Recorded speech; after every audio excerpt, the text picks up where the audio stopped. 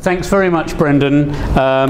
As Brendan said, we've had 10 talks already in the series. I've enjoyed them all. And what I'm going to try and do is draw some threads together and also talk a bit about my own research, which was on the 1920s, the years immediately after the Russian Civil War.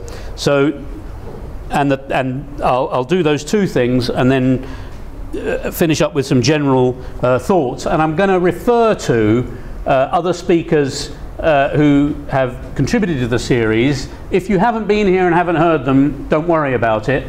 First of all, the talks are on YouTube. You can find them via our web pages, but I hope I'll just refer to them in such a way as from the context you'll be able to understand the points I'm trying to bring out. So, first part of this, what does social history tell us about the 1917 revolutions? And I'm going to give 3 answers to that question. The first is that the revolution was very deep and broad and very heterogeneous. For many years and I suspect other people in this room, thought of the Russian Revolution, or the Russian revolutions of 1917 and the struggle that continued after that through to the 1920s as a workers' revolution. I now think that to describe it in that way really sells it short. It was a workers' revolution. It is a very political, very anti-capitalist movement in the capital of the Russian Empire, then called Petrograd, now St. Petersburg, and in Moscow and other big industrial centers. But there were also the peasants, for whom in the first instance this was about destroying the power of the landlords and the state, and for the land to belong to those who work it.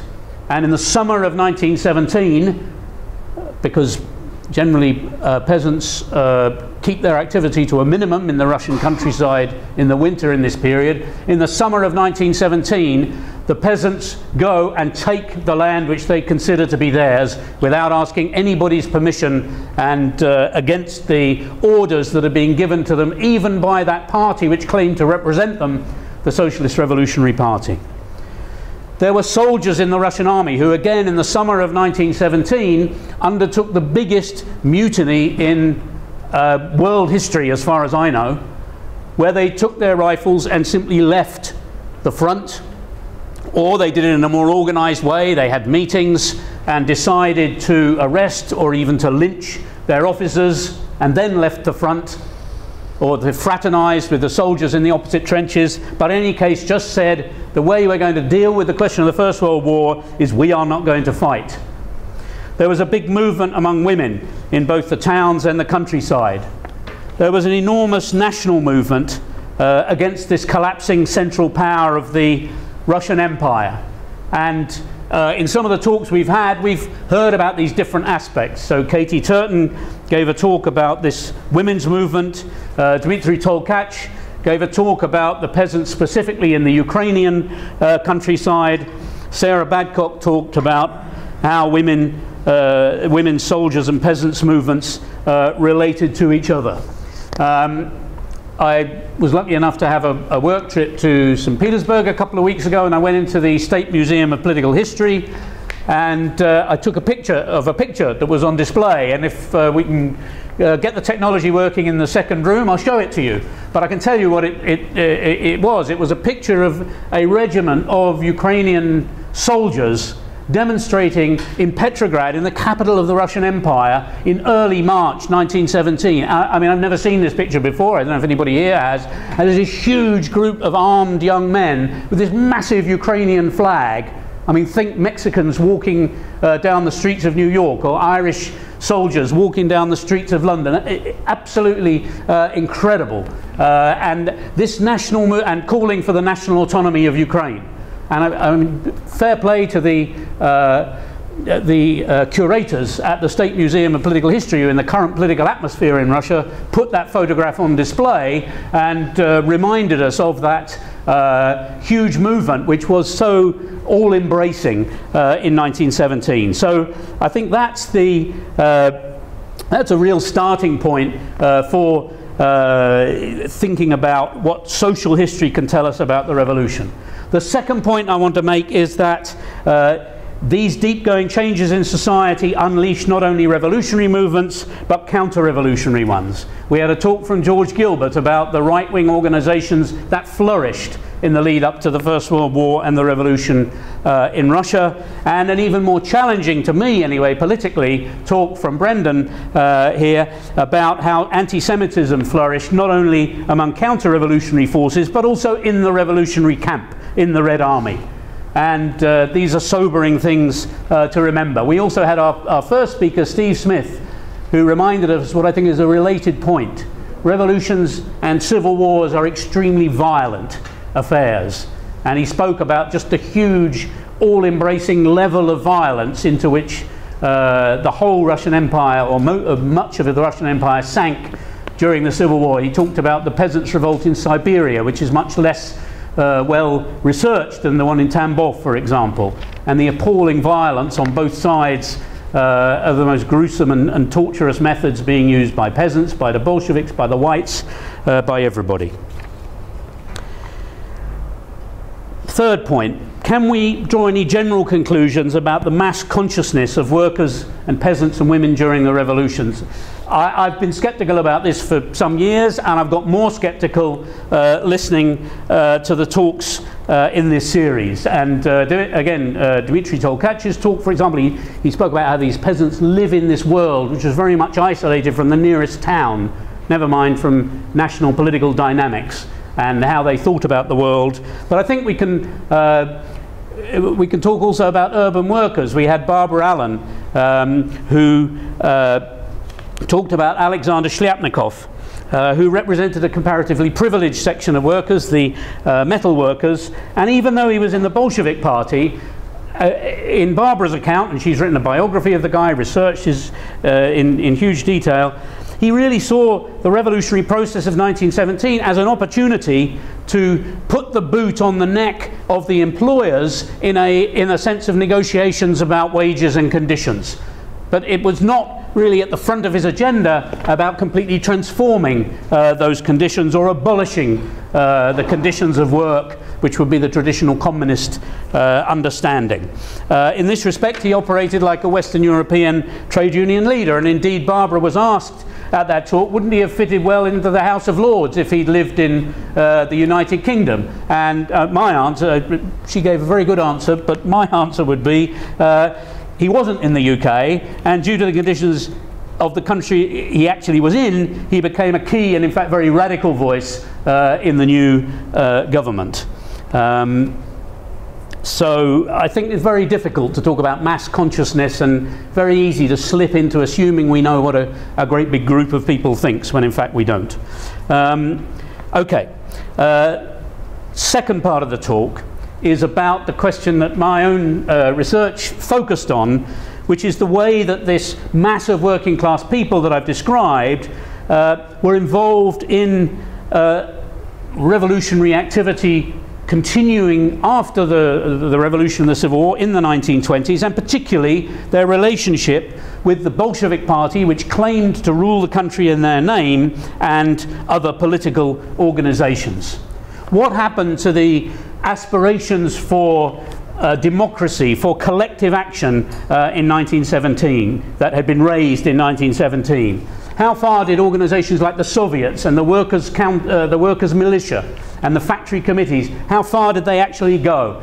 How did they fail, as we all know they did? And I want to refer back to a discussion at the last talk, which was given by Lara Cook. And Lara spoke about this reception that was set up by the government, where people could come and bring petitions, and that was about the only form of political activity which was open to ordinary people under the Tsarist regime, was to bring a petition to the government, and the Tsar would have his appointed people to, you know, put it in whatever waste paper basket they chose.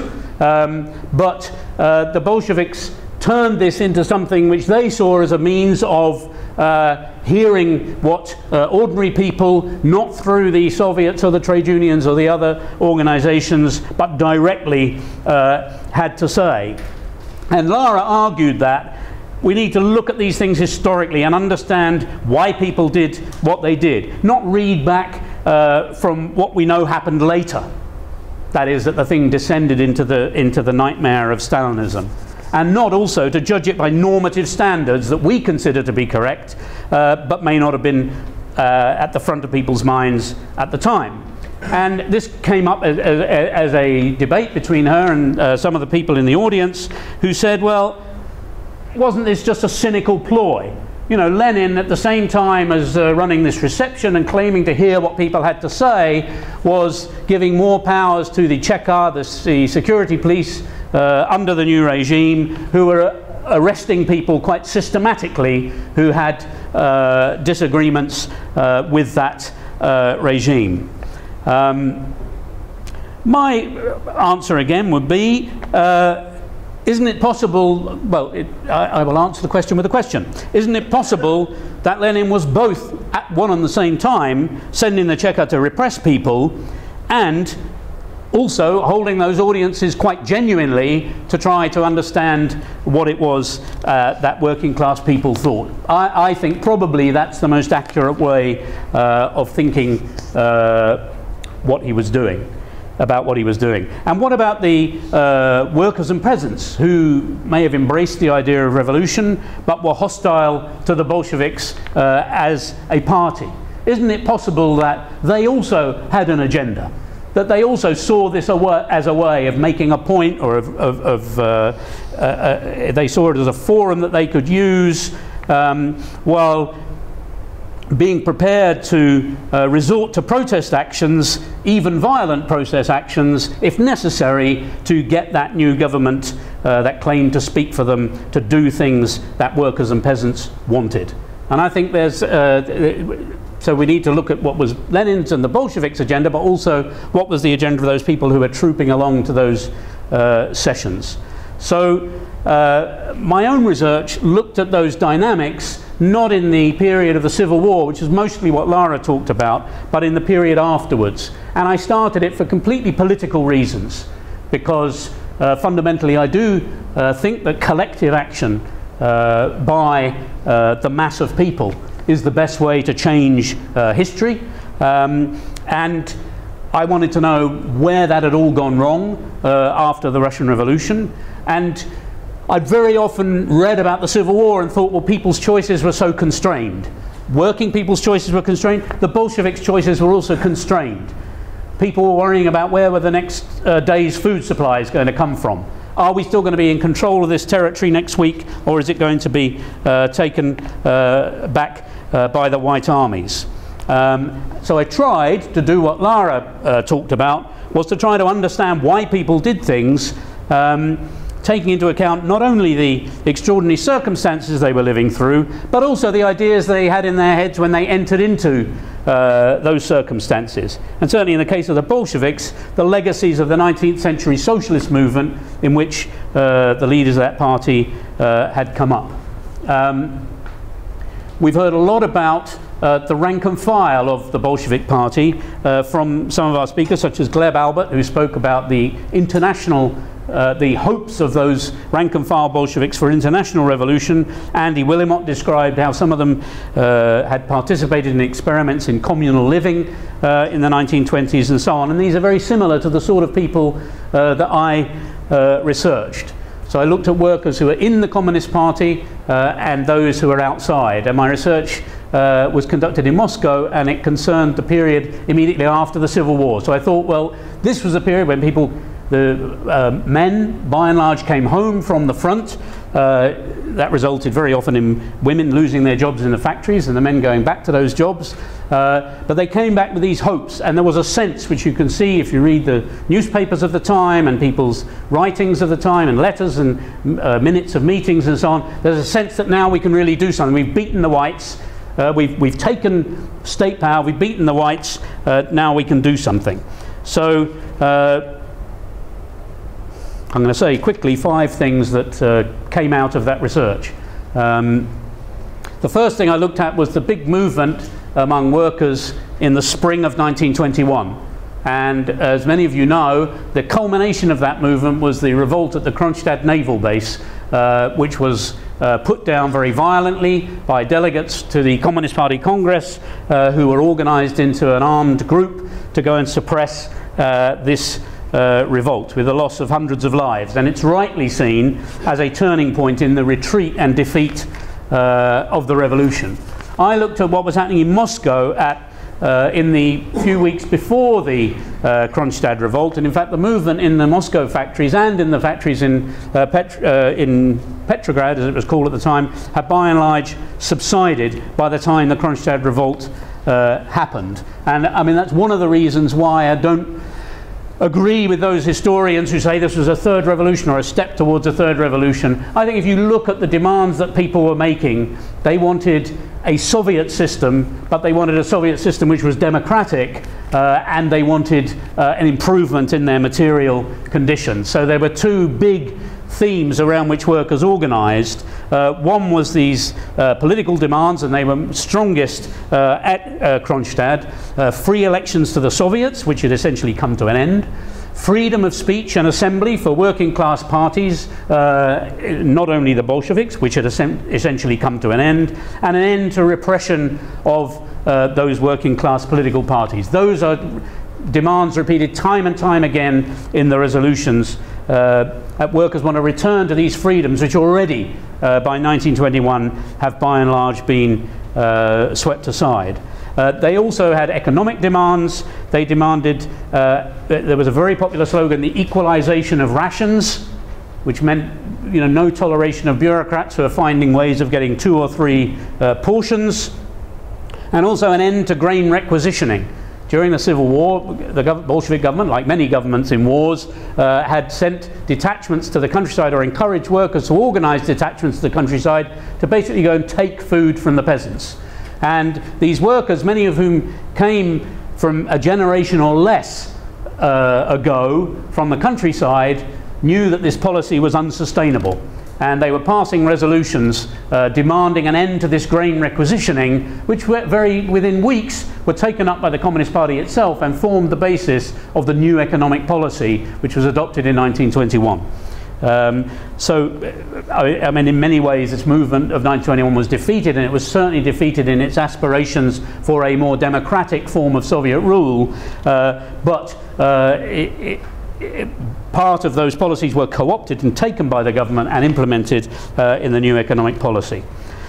Second thing I learned in my research was that there was a large organised group in Moscow, and in fact that was replicated in many other parts of the country, that was not just non-party, but was non-partyist. Workers wanted not to be in a party as a matter of principle. They saw the splits among socialist parties as being damaging. They saw party ideologies as being negative for the workers' movement, and they called themselves non-partyists.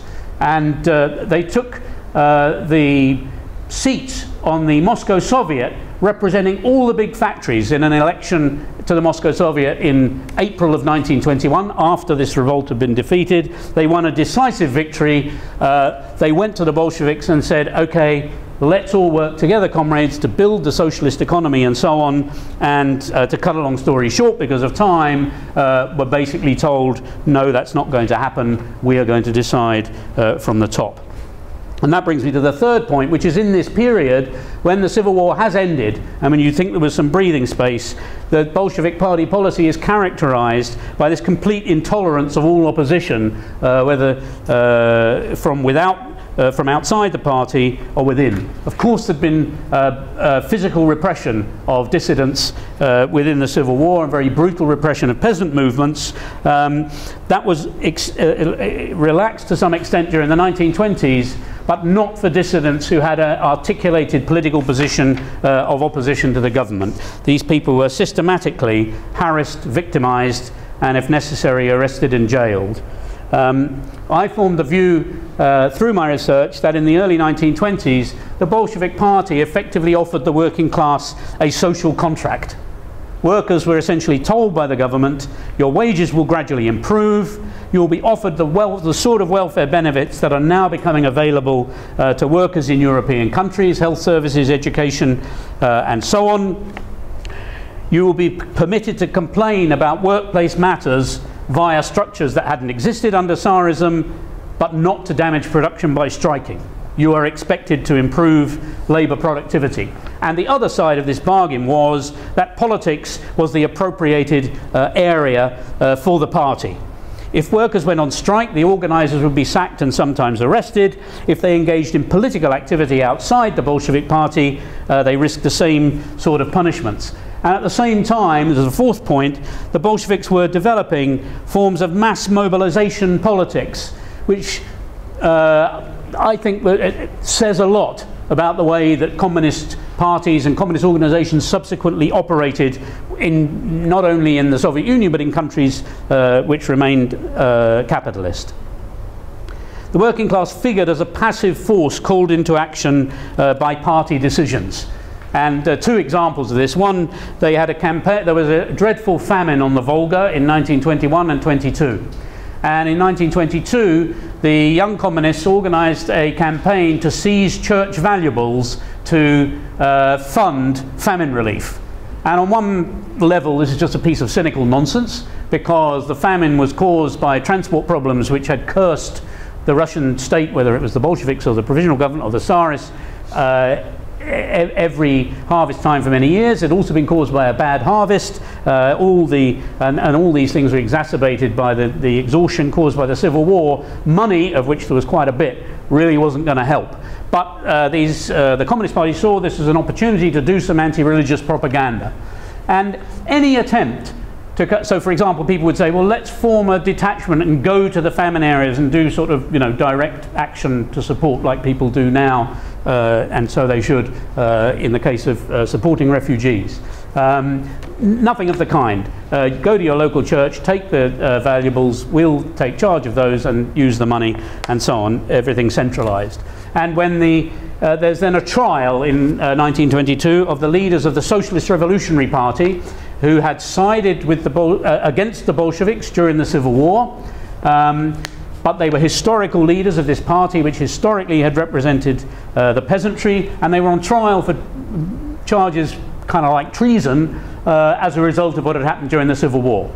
And I mean, I'm not sure how much sympathy they actually had. I think a lot of workers sympathised much more with the left socialist revolutionaries who'd sided with the Bolsheviks in 1917. But in any case, I think if you're looking at the things that I was looking at about democracy, about collective development of the workers' movement, collective consciousness and so on, it's a pretty terrible thought that 5 years after the revolution, when abolition of the death penalty had been a big slogan in 1917, that the Bolsheviks had factory managers instructing their workers to take the day off to join a demonstration, very big demonstrations through the streets, but all organised top down, demanding the death penalty for the defendants in that trial. So I think these are some of the ways that the collective action and collective participation, which I think should characterise any movement of social change, were undermined in this period. Fifth and final point about this, the underlying change in the period I was looking at in the early 20s is that the economy is recovering. And what's frightful to see is that as the economy recovers and some wealth comes into the economy, that the inequalities in society are just magnified at the same speed as the economy recovers.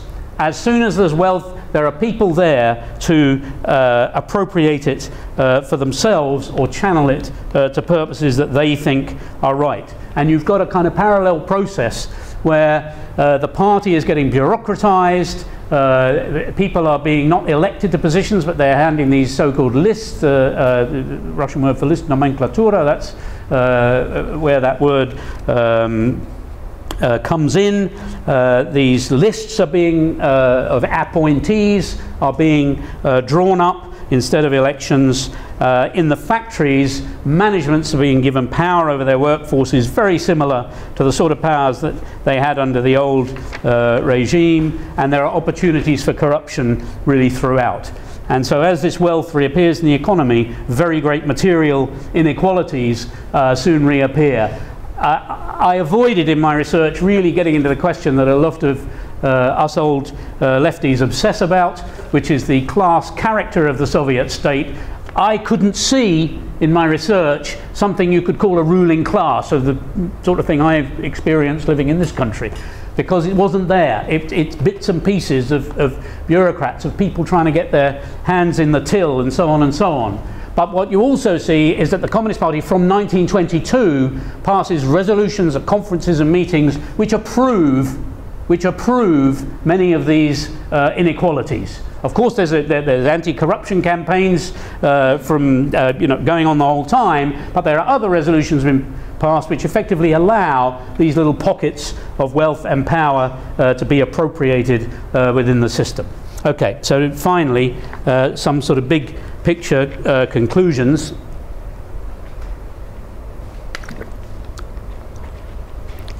And there are 3 of these.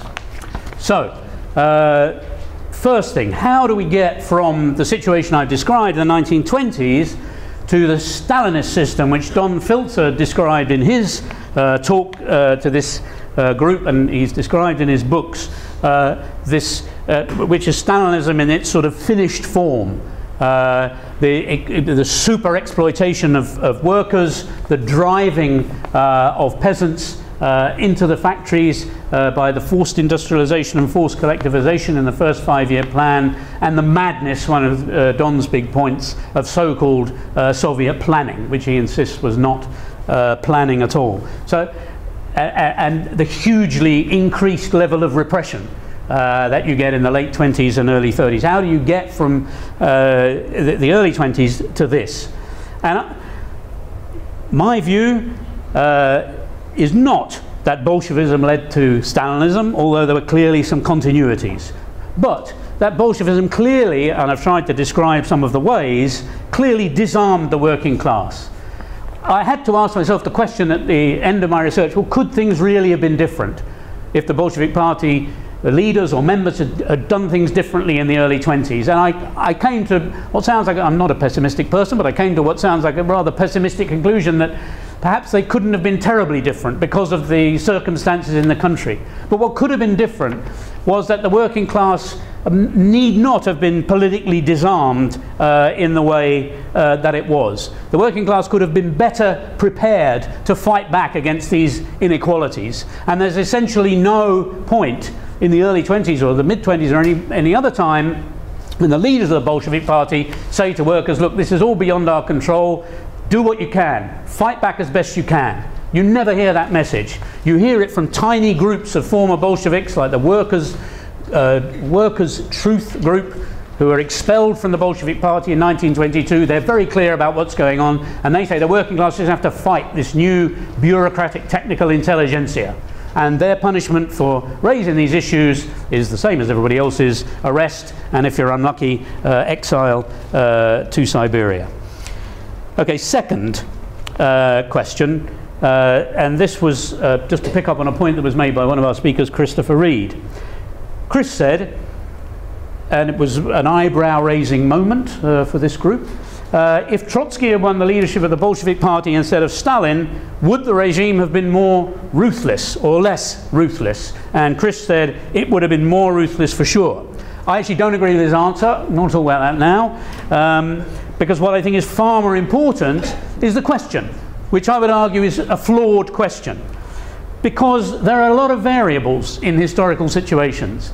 Why focus to the death on this one variable about who would have come out on top in the Bolshevik Party, when there are all these other interesting and, to my mind, much more important variables about the working class and other social forces, how they could have acted and implemented change independently of the state? How could collective creativity have been further developed? Could civil society, the space for political discussion and social movements independent of the state, been further developed? I think those are much more interesting than the hypothetical question that Chris raised, and ultimately much more important. Okay, so third and last point. In the conclusions of my book, I had a look at it before preparing this talk. I wrote, quote, "The legacy of the Bolsheviks' actions was not limited to their impact on Soviet history, though. So it's not only about how do we get from the early 20s to the sort of high Stalinism that Don Filzer described. The effect, I wrote, on the political development of the workers' movement internationally was just as important. Authoritarian, vanguardist and statist ways of thinking and assumptions spread out from Moscow, not only directly through the Communist International and the Communist parties, which for decades influenced radical workers' struggles, but also in many indirect ways.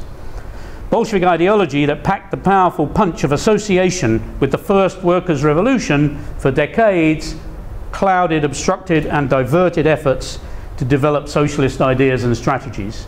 And I still think that. I read that back to myself and I thought that is still a huge issue which we have to confront when we're understanding the Russian Revolution. However, I think it also has to be taken together with the point that Steve Smith made in the first talk in the series, that while the Bolshevik government did not end class exploitation or liberate workers from it, the spread of communist ideas that followed the revolution changed the 20th century in very profound ways. And he was thinking about different aspects, perhaps, of the same ripples that I was talking about in the last bit of my book.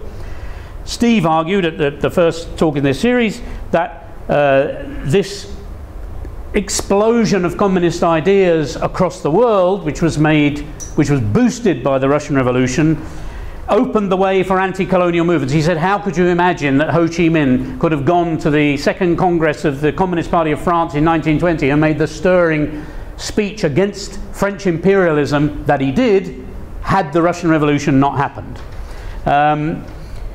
Forward-looking policies on women and the family, where the Soviet government was decades ahead on abortion, on divorce, on the right of women in the countryside to the property not to be taken back by the husband's family if he leaves.